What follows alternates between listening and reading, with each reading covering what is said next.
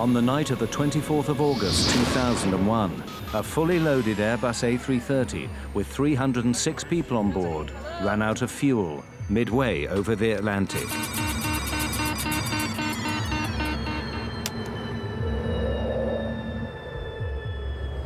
How could a state-of-the-art computerized airliner suffer such a catastrophic failure? Mayday, mayday, mayday.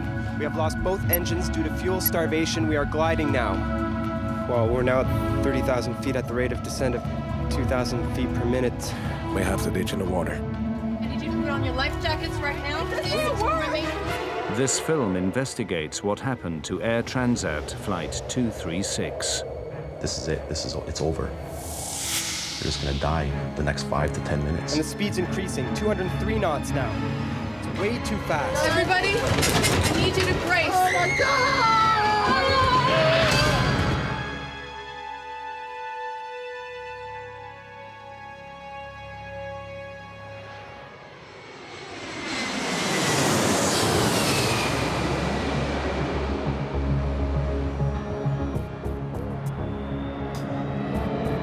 August 23, 2001. Toronto International Airport is busy. Air Transat is a charter company that has grown rapidly to become one of the largest airlines in Canada. Midsummer brings fewer business travelers and a holiday atmosphere. Air Transat Flight 236 is bound for Lisbon. Most of the passengers are Canadians visiting Europe or Portuguese immigrants heading home.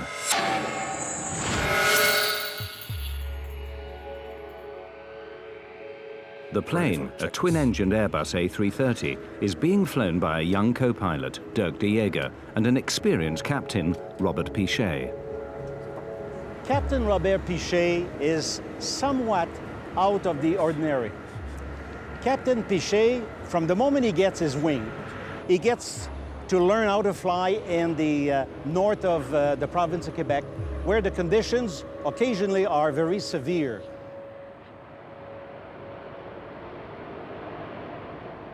The flight deck of the A330 is ultra-modern. Banks of computers connected to over 100 onboard sensors constantly monitor the operation of the plane. This film reveals how serious problems can arise when the pilots begin to distrust the computers. Before departure, the computers give no indications of any problems with the Airbus. 236 Heavy, follow A320 Air Canada. Turn left on Romeo and hold short on 24 right. Roger, follow A320 Air Canada, left on Romeo, and hold short of 24 right. With the crew of 7, Flight 236 has 306 people on board. Well, we were married for 4 days, wasn't it? 4 days. 4 days. 4 days. So we had planned to go to Portugal for our honeymoon, and we had booked this flight on Air Transat. And rather quickly, because we hadn't really planned what we were going to do very carefully. So this was the last flight left.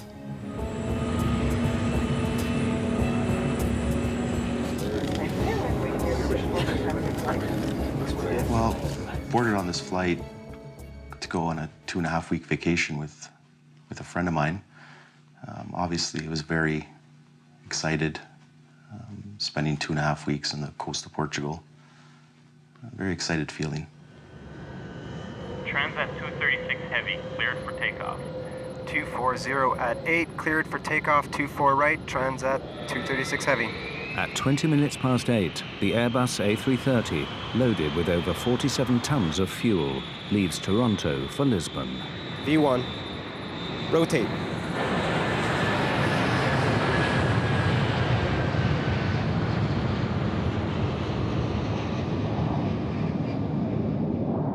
The weather forecast for the Atlantic crossing is good. Everything runs smoothly on the flight deck, apart from a small adjustment to the route. To avoid congestion, air traffic control directs the flight 60 miles south of its original route. It's a minor alteration, but will later play a crucial role. The passengers settle down for the long crossing.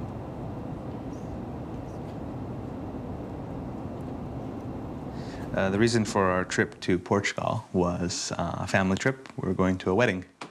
Otherwise, we would not have gone this year. So instead of just going for 4 days for a wedding, we decided to stay for 2 weeks and throw the wedding in as a kind of family perk and see everybody. Everything appeared quite normal, and in fact, I had traveled on Air Transat previously and found it not to be very good, and was surprised by the quality of the flight, that it was on time, the plane was newer, and we thought generally it was much better than we had expected it would be. We're getting to our next checkpoint. Every 30 minutes across the Atlantic, the crew check their position and fuel consumption against their flight plan. 11.2 tons on the right, 11.2 tons on the left. Despite the computerized systems, some procedures, like checking the fuel on board, still need to be done by hand. 5.2 tons. By comparing the amount of fuel in the tanks with the amount the flight started with, the pilots can keep an eye on the fuel consumption. Fuel check complete. Levels normal for the distance flown. All right. For the first 5 hours, everything is routine. The flight crew, Air Transat, and the accident investigators have all declined to be interviewed about what happened next. This film uses known facts about the flight, standard emergency procedures, and expert opinion to reconstruct what took place on Flight 236. Look, we're getting a warning signal. Oil temp low and oil pressure high on number 2. What? This warning is the first step in the crisis. Oil pressure is within normal limits on number 1. And number 2 is slightly high. The computer display reveals that the oil temperature is low in engine number 2, but the oil pressure is high. It is a very unusual reading. The pilots are puzzled. I can't see anything here.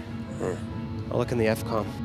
Okay. A low oil temperature indication is normally indicative of bad readings, bad sensor. Oil temperatures don't decrease normally, they increase. A low oil temperature would be of no concern. The high oil pressure is a very strange indication. It's very rare. In fact, I've never actually heard of one. It's only indicative of the contamination normally of the oil with fuel. That's not something that's explained in the manuals. Call the company. The crew contact Air Transat's maintenance group in Montreal. Transat 236 to Mirabel Operations. Mirabel Transat 236. Hi. Hi, we have a little problem. We're getting the warning oil temp low and oil pressure high on the ECAM for engine number 2.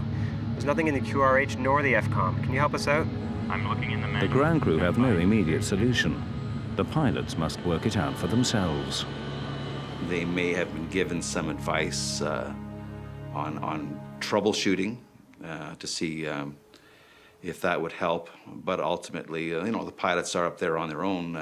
They can get advice from somebody 2,500 miles away, but they can't really fix their problems. Suggest you keep monitoring your oil levels and see what happens. Advise us on But because the oil readings are so unusual, the pilots believe they may indicate a computer error. The crew keep monitoring the oil levels. Air Transat 236 continues on track.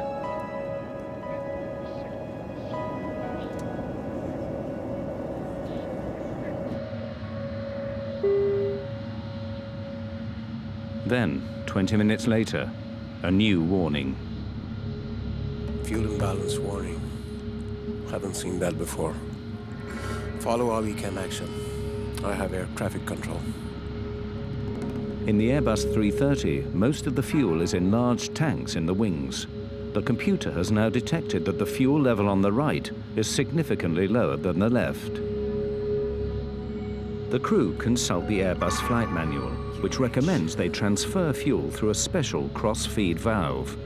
Fuel will then flow from one tank to the other.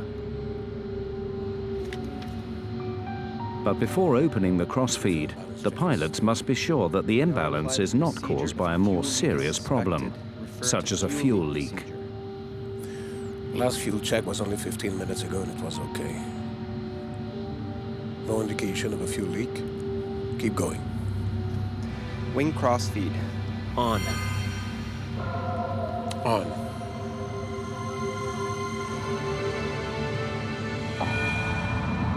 Once you begin a cross-feeding procedure to correct a fuel imbalance, restorative action should commence quite quickly. In other words, the situation would not continue to get worse. It would either stabilize immediately and then begin to correct itself. But the situation is not correcting itself. Unknown to the pilots, there is a major fuel leak in the number 2 engine on the right-hand side of the plane.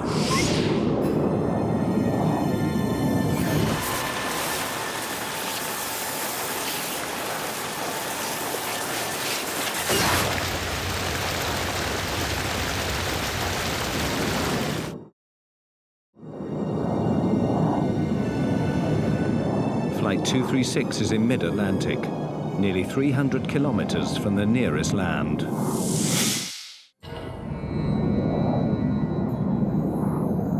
"39,000 feet over the Atlantic, nearly 300 kilometers from land, Air Transat Flight 236 is in trouble. Unknown to the pilots, the right engine is leaking fuel. The plane's computer system has thrown up a series of warnings, but the pilots believe these are computer errors. Have you ever seen something like this before? No. Never. Doesn't make any sense. Yeah, even if there is a leak, it doesn't explain the alarms on the oil system. And everything was okay at the last fuel check at 30 West. Oh. Bet you it's a computer problem. The task of finding out if there is a fuel leak is made harder by the design of the Airbus systems. The systems monitor hundreds and hundreds of sensors, and they can be affected by such mundane things as a little bit of frost or ice on a sensor can cause it to present bad data. So it's not something that would occur on every single flight, but it's something that we're quite used to dealing with. There is no warning to show if the fuel level is falling faster than the engines are consuming it. So the pilots receive no immediate indication that there could be a fuel leak. Fuel quantity isn't rising in the tanks for the right wing. Check fuel quantity. Looks very low. Hold on. When co-pilot Diego carries out the fuel calculations, he discovers something is seriously wrong. That's much less fuel than we should have. It looks like a fuel leak. Check again. Diego finds a disturbing difference. According to all the gauges, all the tanks in the right wing are way below the level they should be according to the flight plan, and there's hardly anything in the other ones. What about the trim tank? There's nothing there either.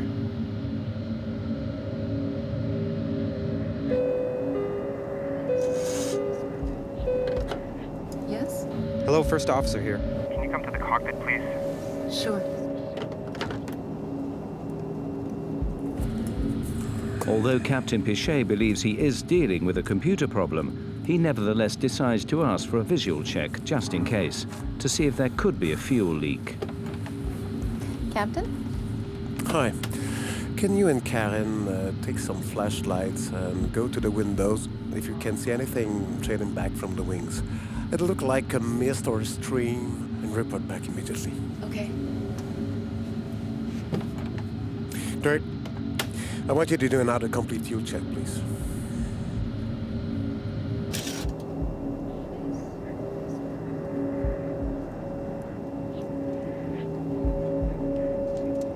I'm so sorry. In daylight, the fuel pouring out of the back of the wing would have been clearly visible. But in the dead of night, even with a torch, the fuel leaking from the engine is impossible to see.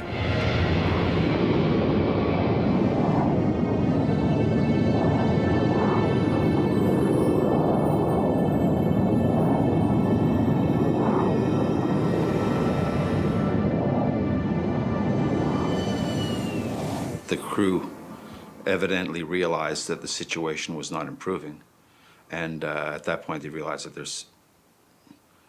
their circumstances were becoming more serious. And I think that there were probably some discussions took place between the two pilots as to what their next course of action should be. If the computer is correct, then with the amount of fuel remaining, the Airbus will no longer be able to make it to Lisbon. Captain Pichet is forced to make a crucial decision. We've got to divert. Get on to Oceanic Control. Where's the nearest airfield? Transat 236 Heavy, Santa Maria Control. Can you advise nearest airfield? We have a possible fuel problem.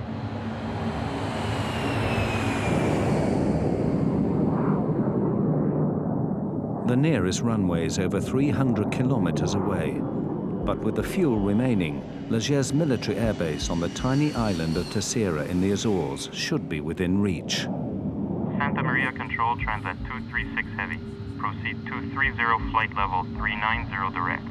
350 miles to threshold. Are you declaring an emergency? Stand by, Santa Maria Control. Not yet. It must be the computer. Transat 236 Heavy, Santa Maria Control. No assistance required yet.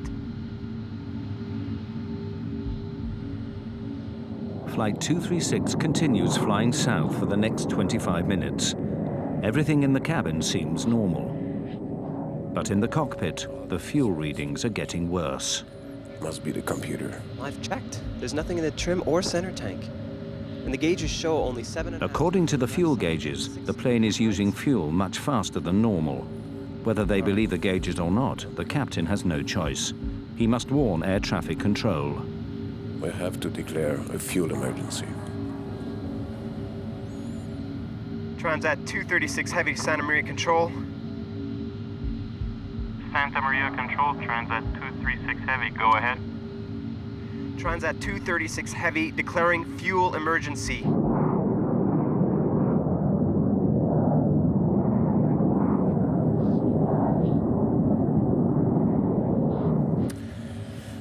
I really hope it's a computer bug.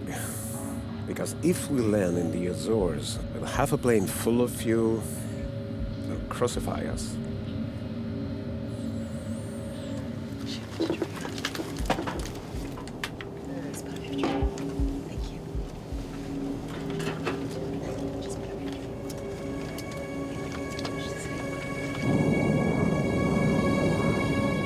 But at 6:13 a.m., less than an hour from the first fuel alarm, the right-hand engine runs out of fuel and cuts out.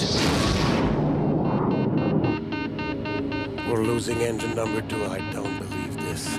Okay, maximum thrust on number 1. What's going on? Yes, what's The happening? lights started flickering on and off, which I thought was kind of odd, strange. On one engine, the Airbus will not fly at 39,000 feet. They must descend quickly. Try to transfer fuel from center tank and the trim tank. Transferring. Fuel quantities reaching 0. This can't be. We're not gonna go completely dry on this airplane. All right. We can't stay at 39,000 feet with just one engine. We'll descend to 33,000 to control our speed. 236 Villages Tower. We have lost one engine. Engine flame out. Roger, Transat 236. We can see you on primary radar. You are at 135 nautical miles from Lajes Field. We are 135 nautical miles from Lajes Field. Well, there's a whole lot of critical things go on. In addition to that, you turn on all the exterior lights so people can see you're in trouble. You have to broadcast your intentions on an emergency frequency so that other people know that you're unable to maintain your altitude. You may be descending through their altitude, so everybody else is now on the lookout for an airplane that's in distress. For the next 10 minutes, the stricken Airbus continues on its one remaining engine. The pilots still believe that the computer may be partly faulty and that they can make it to Leger's with fuel to spare. At the end, might be all right. Fuel gauge is falling fast, though. It's nearly hitting 0.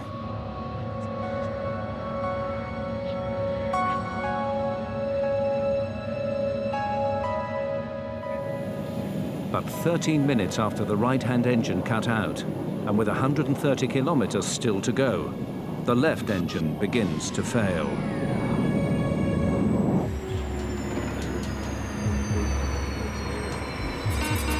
We're losing number one. Mayday, mayday, mayday. We have lost both engines due to fuel starvation. We are gliding now.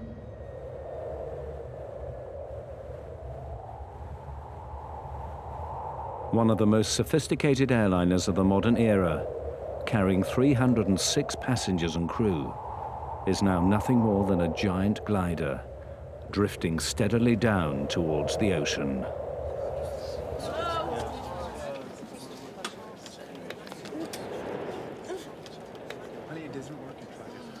Excuse me, can somebody come? Hello? You can literally hear a pin drop. The exterior, there was no sound in that plane, in that cabin at all. A lot of people were praying and screaming for God. My wife was a little hysterical. My best friend was in another world. The plane was dead silent, except for the people who were very upset. List of functions we've lost.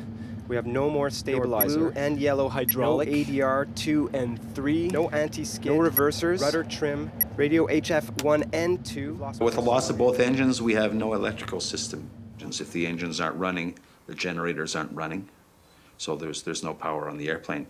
There is a small device, it's called a ram air turbine. It will deploy from underneath the fuselage near the wing fairing.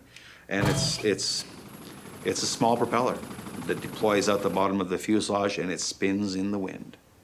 And that small propeller will provide very limited electrical and hydraulic systems to run the aircraft.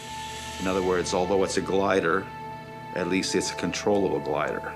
Calculate how far we can go with our glide angle, will you? Well, we're now at 30,000 feet at the rate of descent of 2,000 feet per minute.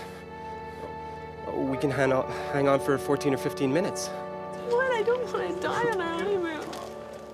I was just trying to calm her down, like try and reassure her that everything would be okay. It's a very big struggle to stay calm when you're considering your own death. Without power, the plane loses 1,000 feet in height for every 5 kilometers it travels forward. They can reach the Azores, but if the pilots get their calculations wrong, they may face a forced landing on the water. Not sure we can make it to Leges.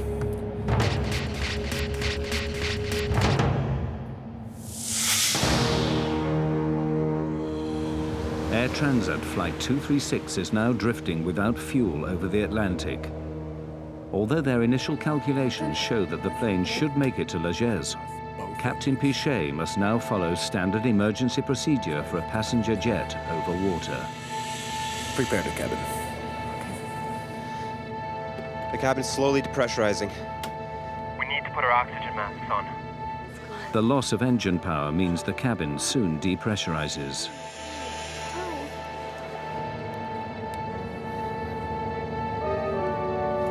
Everybody, please, I need your attention. We're preparing to ditch the plane. I need you to put on your life jackets right now. Within probably, I'd say, 2 minutes, I saw flight attendants with life jackets in their hand running down the aisles. And obviously, that was a sign of fear. What was happening was the first question that popped in my mind.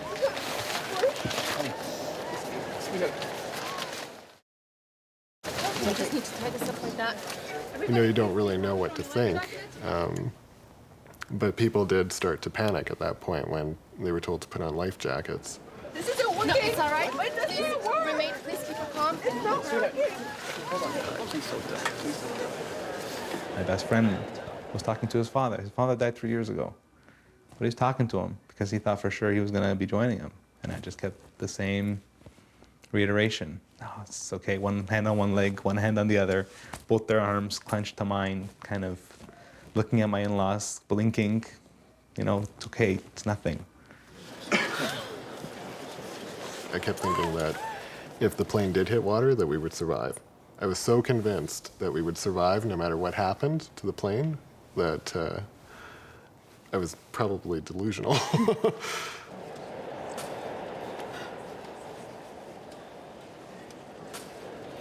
fear just suddenly just kicked in from my toes straight up to my head. At that point, they started instructing us and giving us instructions of what to do in this procedure. Take off your shoes was one of them. Don't inflate your life jacket until we hit the water. Get into this position when we hit the water. It was a lot of, it wasn't like ifs or maybes. It was, this was gonna happen, this is the real deal. Ditching a large passenger jet on the water presents severe hazards. If the Airbus 330 has to make a forced landing, the chances of survival are bleak. In my personal opinion, I don't think these airplanes would make very good boats. Typically, an airplane with a low mounted tail like this, as it enters the water, one of the first things that's going to hit the water is the tail, and it's probably going to be ripped right off, and the fuselage is probably going to open right about there. In 1996, a Boeing 767 ran out of fuel off the coast of East Africa. Its last moments were caught on amateur video and reveal what happens when an airliner attempts a controlled landing on water.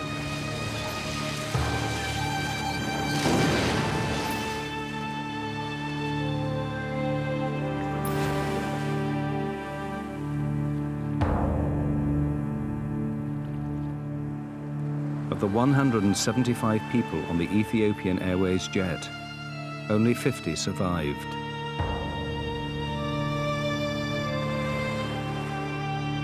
The chances of it surviving a ditching and floating for very long are not very good. If Air Transat Flight 236 has to carry out a similar maneuver, it faces an equally grave outcome. With over 100 kilometers before they reach the Azores, the pilots face a long and difficult maneuver. They need to keep the plane gliding for more than 50 minutes to reach the Azores. There's very little time for any emotions at all. You're just so focused on the mission at hand. It's a life or death situation, of course, but your intention is to get it there. You're not thinking about the alternatives, but you're fully focused on getting the airplane to its destination.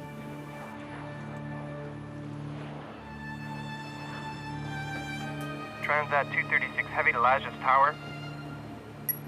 Lajes Tower receiving Transat 236 Heavy. Do you have us On radar, Transat 236.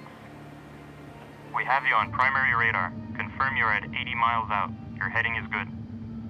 Transat 236 Heavy Lajes Tower? We are trying to make the runway. Please Describe runway, heading, and length. Lajes Tower, Transat 236 Heavy. Runway is 33 and 10,865 feet long. Airport dead ahead on your present heading. Please advise when you have it in sight. Transat 236 Heavy. We cannot see the airport. We will tell you when we can.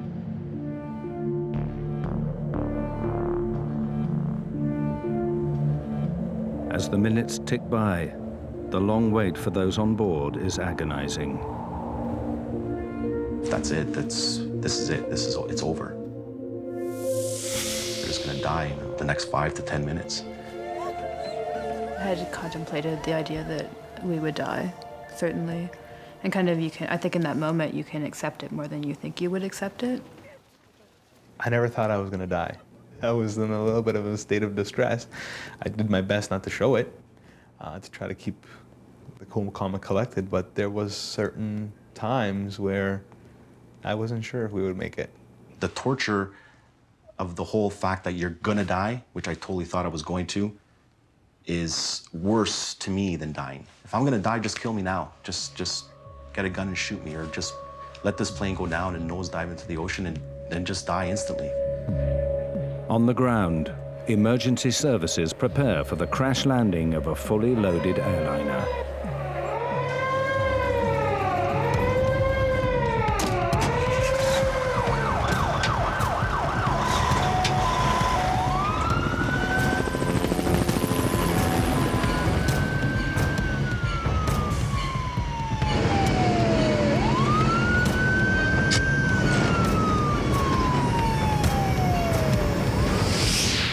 With 20 kilometers to go, the crew now prepare for the most dangerous part of the operation, getting their plane on the runway in one piece. 6 Heavy to Lajes Tower. Do you have our distance from the threshold now and weather, please?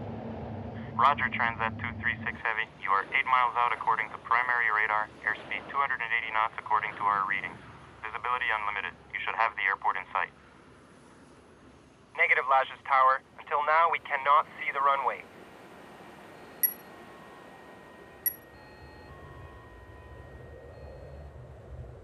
There is no room for error. Without power, the pilots have only one chance at landing. If they miss or overshoot the runway, the results could be catastrophic.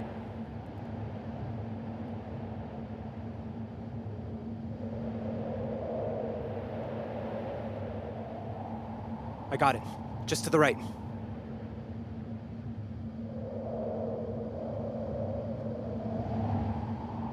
Minimum RAD speed is 140 knots. Maximum speed for gravity gear extension, 200 knots. I'm not lowering the gear until the last minute, okay? Okay. The crew struggle to lose height and speed for landing. Roger, Lajes. 6 nautical miles. Let's open the slats. It'll slow us down a bit. Slats out and locked. As they approach the runway, their speed increases dangerously. Too fast and they could roll off the end of the runway. Lower the gear. Hold on. Speed is about 200. All right. I stabilize the speed. Can you give me a landing speed, please? No engine, no flaps. Ideal approach speed is 170 knots. We're too fast. Yes. But the runway is very long.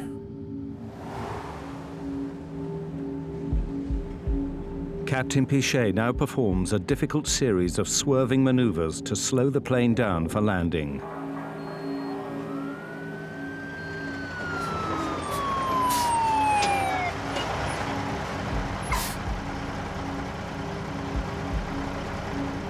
The plane was almost on a 45-degree angle. I thought it was just gonna flip over and just nosedive straight down. The plane was circling around the island to slow down. So then we saw land and then we saw water. And when I saw water again, it really struck me that, you know, our chance for survival had maybe was gone. The runway is long. Yeah, sure, but at the end there's a 400-foot cliff. If we don't stop in enough time, we're toast. We're dead.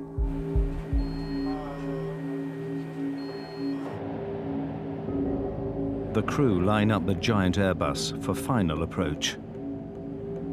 Landing gear down and locked. 3 green. No flaps. Only the emergency brakes. No spoilers, no reverse thrust. 4,000 feet, 195 knots.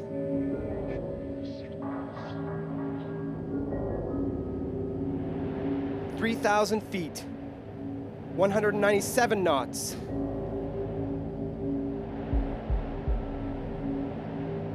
"2,000 feet, 200 knots. Alert the cabin. Cabin crew, 1 minute to landing.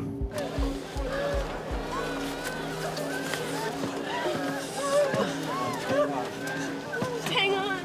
Let's go.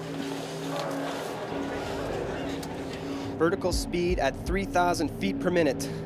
We're going way too fast. And the speed's increasing, 203 knots now. It's way too fast. 1,000 feet, 201 knots. I'll try to get the nose up. We'll ride fast. But even if the crew can get the Airbus on the runway, they face a further problem. Without engines, the normal procedures for braking are severely restricted. For Flight 236, the danger is far from over.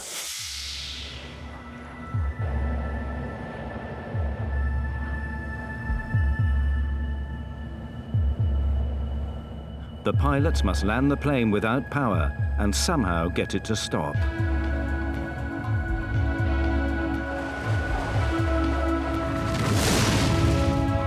Everybody, I need you to brace.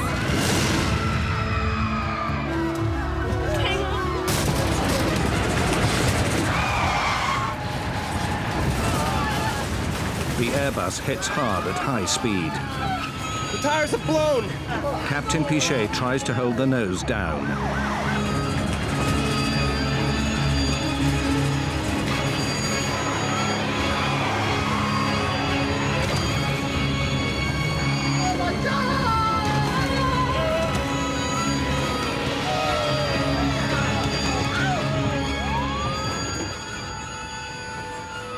After bursting 8 tires, the plane finally stops in the middle of the runway.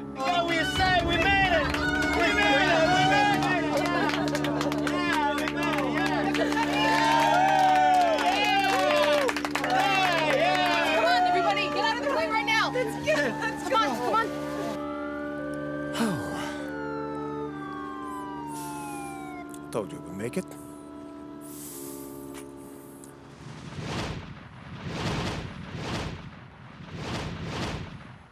I just wanted to get out of this airplane quickly. I jumped, I hit the ground hard. I don't think my rear end actually even touched the chute at all. I didn't slide down the slide. I ran down it. And they're just, get out, get out, get out. So you're just running out of this aircraft. What in God's name just happened? I fell down to the ground, literally, and I started crying. I mean, once you're off the plane and you're evacuated, you want to know what happened. Pichet and de Jager had flown their Airbus without power further than any passenger jets in history. As news of their remarkable achievements spread around the world, they found themselves reluctant heroes. You don't have time really to think about anything else than taking care of the safety of your passenger, you know. That's your main goal, and since we didn't have any engine, the other main goal was to make the landing safely. So at that time, I guess the experience came in, you know, with the help of my colleague. That's why we made a successful landing. You train for the worst, but you never know how you'll deal with situations like this. And reflecting afterwards, I feel we dealt in the most professional and complete manner we could. A feeling of being grateful to see all the passengers were okay. You know, something like this happened, you never know what is going to happen really. I mean, you start not to believe it. I mean, it makes no sense that a big jet with 2 engines has no more power with 300 people on board, you know. But although the public story was a success, disturbing questions remained. Why had a highly sophisticated airliner run out of fuel? What exactly had happened to Flight 236? Away from the cameras, an accident investigation began immediately by the Portuguese, Canadian, and French transport authorities. Initial checks quickly confirmed that all the fuel tanks of the Airbus were indeed empty. But to lose more than 17 tons of fuel in such a short space of time meant they'd had a major leak. The question was, where? Engineers examined the fuel system, searching for faults in the tanks and the fuel lines. It wasn't long before they found what they were looking for, just by the right engine. In this particular case, you had a hydraulic tube that's relatively small by comparison to the larger fuel tube. And the hydraulic tube, due possibly to pulsations in the hydraulic system, were abrading against the larger tube. And eventually the larger tube had a leak in it, and the leak, or not the leak itself, but the hole eventually possibly led into a fracture of the tube, allowing this massive fuel flow outside of the engine. The investigators began checking Air Transat maintenance records. They discovered that on the 17th of August, 5 days before the flight, Air Transat had removed the right-hand engine for maintenance and installed a replacement unit sent by Rolls-Royce.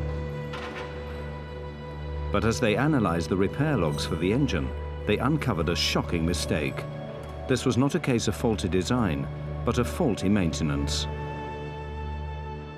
Rolls-Royce had supplied the engine without a hydraulic pump assembly. To overcome this, Transat mechanics had used the parts from an older engine. But they didn't fit properly, and the pipes had been rubbing together for 5 days, until, midway over the Atlantic, one finally broke. The engine was delivered minus these 2 tubes and a bracket. that the purpose of that bracket was to maintain adequate clearance. So if they took the bracket off the old engine and put it on the new engine, is that the pipes would be locked together so that they could possibly abrade. So the mechanics, now I can't fault them, but they are not given specific instructions to verify the 3mm clearance. As investigators questioned Air Transat mechanics, they found more disturbing evidence of malpractice. The chief mechanic testified that he had been concerned about the substitution of another hydraulic assembly. 5 days before the accident, he raised his concerns with his superior. He was told that it would cost too much to have the aircraft waiting for the missing parts and to go ahead with the substitution. The replacement parts only differed from the correct ones by a few millimeters, but it was a difference that almost cost 306 lives.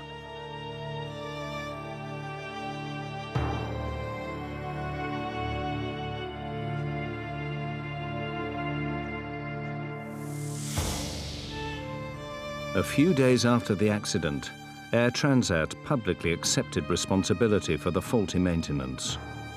We have to realize that there was a small mistake made in terms of changing the pump. We installed it, but then some pipes, so to speak, were needed to be connected to the pump, and there was a mismatch. The immediate consequences for Air Transat in that event was that they got to pay a fine of $250,000, which was the highest ever in Canada, for an error that could have been prevented. How someone that is supposed to be qualified in their job can put the wrong part onto an engine and risk 300 people's lives is beyond me. This incident is a very strong reminder that regulation is important and safety is important, and lives will be lost in the absence of that. And they're real lives. It's not just, this imaginary figure in your head of 300 people. It's real people who suffer and continue to suffer as a result. If it hadn't been us suffering, it would have been our families. This was by no means the end of the story. Investigators now turn their attention to the cockpit itself. What role had the crew played in the events of August the 24th? Could they have done more to avert the crisis? Key questions remained unanswered. Questions about what happened on the flight deck.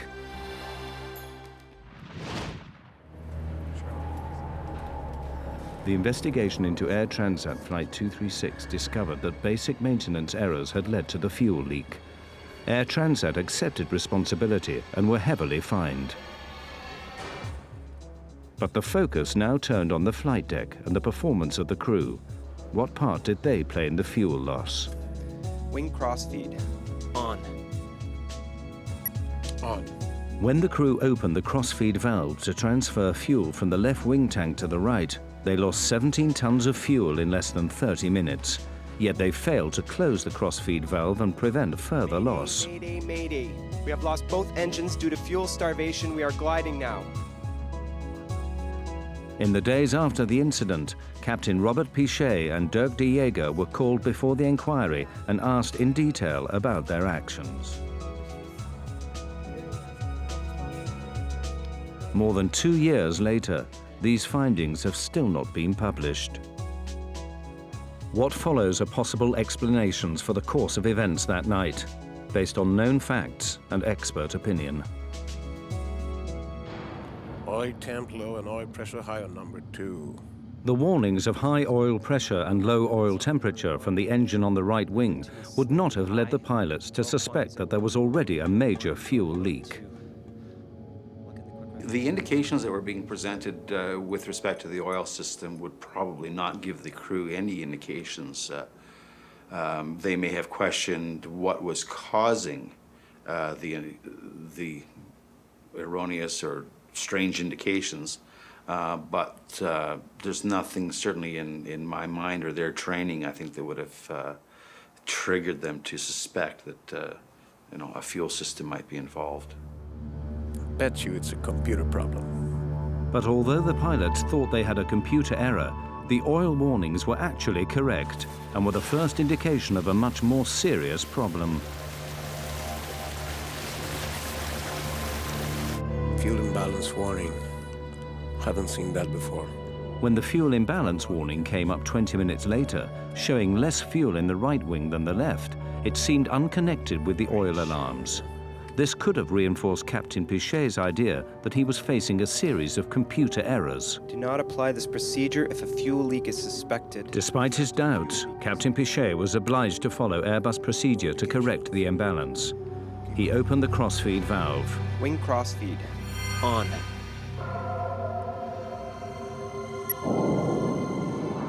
But was following the checklist enough?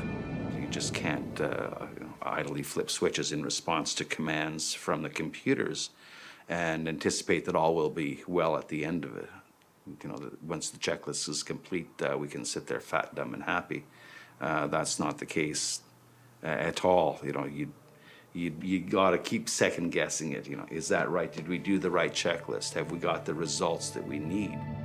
Once the pilots calculated the high rate of fuel loss, they should have suspected a major leak. Transat 236 Heavy declaring fuel emergency. By the time they had confirmed the leak, their options were severely limited. They were flying blind, as it were. There was no checklist information provided to them. They assumed that once they had engaged in this procedure that the situation would resolve itself, and it wasn't. Now they had a choice. Do I close the crossfeed and see what happens, or do I leave the crossfeed open as the fuel imbalance checklist has dictated, and maybe the situation will correct itself? The crew wasn't really sure. It wasn't an eventuality. It wasn't a situation that they had been trained for, I'm sure. They were in new ground with really no guidance to help them. If they left the crossfeed open, or whether they closed the crossfeed, I would only be speculating as to what changes it might have resulted in the outcome in this event. Captain Pichet believed for a long time that he was facing a computer error. It was only when the engines finally stopped that he had to accept the fuel leak was genuine. The technological complexity of modern aircraft can help to make them safer and more reliable, but it can also lead to the problems that nearly brought catastrophe to Air Transat 236. Discrepancies in replacement parts led to a fuel leak. Distrust of computers led the crew to misread the situation. These errors combined to have huge implications. Only because air traffic control initially sent the plane 60 miles south to avoid congestion was Flight 236 close enough to the Azores when the crisis struck. Otherwise, it would have had to ditch in the ocean. The investigation remains unpublished. Airbus blamed the pilots for mishandling the fuel leak. Robert Pichet and Dirk de Jager continued to fly with Air Transat. In August 2002, they received the highest honors of the Airline Pilots Association for the longest glide ever accomplished in a passenger airline. After the accident, Airbus modified its checklist in the event of fuel imbalance. From now on, the computer checks all the fuel levels on board against the flight plan. It now gives a clear warning if more fuel is being lost than the engines can consume. Rolls-Royce has reissued a service bulletin, alerting all its clients of the incompatibility of two almost similar parts. For the passengers trapped on Flight 236, the trauma has left them with mixed feelings. All right, I stabilized the speed. This accident wasn't caused by simply one omission by any one individual, as is typical of most aircraft accidents. There's a whole chain of events, a whole series of events that lead to the incident or to the accident, and this accident was no different.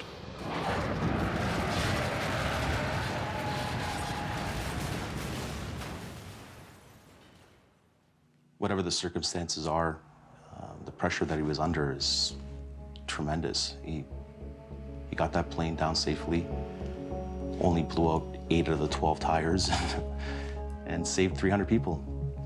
He saved 300 people's lives.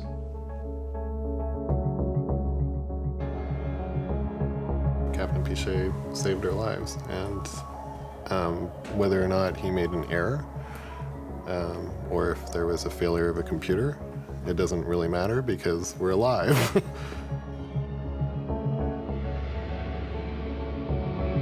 Do I think he's a hero? No. Do I think he's a hell of a pilot? Yes.